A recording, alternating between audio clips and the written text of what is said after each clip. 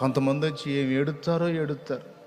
నన్ను ఎంత బాధ పెడుతున్నారు అన్నయ్య, నన్ను తలా ఒక మాట అంటున్నారు అన్నయ్య, ప్రభువుని నమ్ముకున్నానని.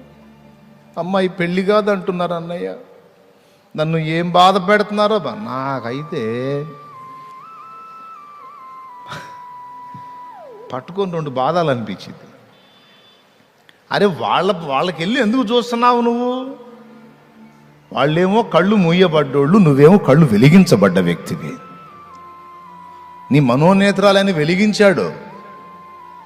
ఈరోజు నీ జీవితం వేరు, వాళ్ళ బ్రతుకులు వేరు. 100 జన్మలు ఎత్తినా వాళ్ళు ఇప్పుడు నీతో పోటీకి రారు, సాటికి రారు. వాళ్ళు మొత్తం కట్టగట్టుకొని ఒక పక్కన నిలబడ్డా, నువ్వు ఒక్క వ్యక్తివి, స్త్రీవిగా పురుషుడిగా ఒక పక్కన నిలబడ్డా, వాళ్ళందరూ కూడా నీ కాలి దుమ్ముతో సాటిగారు. వాళ్ళు అన్నారని ఫీల్ అవుతున్నావు నువ్వు, వాళ్ళు అన్నారని ఫీల్ అవుతున్నావు నువ్వు. ఏంది వాళ్ళు అనేది? వాళ్ళ బొంద ఏది? వాళ్ళ ఎగతాళి నువ్వు పట్టించుకునేది? నువ్వు ఏనుగువి, మురిగేవన్నీ కుక్కలు అంతే. దేవునికి స్తోత్రం కలుగునుగా. నిన్ను చక్కగా యేసయ్య ఏనుగంత స్థాయిని నీకు ఇస్తే కుక్కలు మురిగినానికి గందరగోళం అయిపోతావు. పిచ్చా నీకు? వాళ్ళు అవమానపరిచారు, వీళ్ళన్నారు, వాళ్ళన్నారు, ఇట్లన్నారు, అట్లన్నారు. ఊరికే అవన్నీ తీసుకొని మాట్లాడతావు. యేసయ్య దగ్గరకు వచ్చి కూడా నవ్వుకుంటాడు ఆయన. ఎంత వెర్రిదానివమ్మ నువ్వు. నీకు ఇహమందును పరమందును ఖ్యాతినిచ్చాను.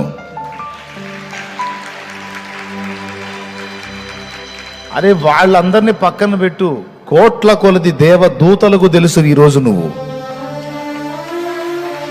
కోట్ల కొలది దూతలకు తెలుసు ఈరోజు నువ్వు. అక్కడుంది, అక్కడ గ్రంథములో నీ పేరు లిఖితమైపోయింది. ఎంత అంతస్తు నీది, అసలు నీ స్థాయి ఏంటి? వాళ్ళేదో నిన్ను అన్నారు, ఆడిపోసుకున్నారు, విమర్శించారు, నిందించారు, దూషించారని వాళ్ళని బట్టి గాయపడతావేం పిచ్చి తల్లి? నువ్వు నా బంగారు తల్లి అయిపోయావు, నీవు నా బంగారు కొండవైపోయావు నాన్న. నీకు నా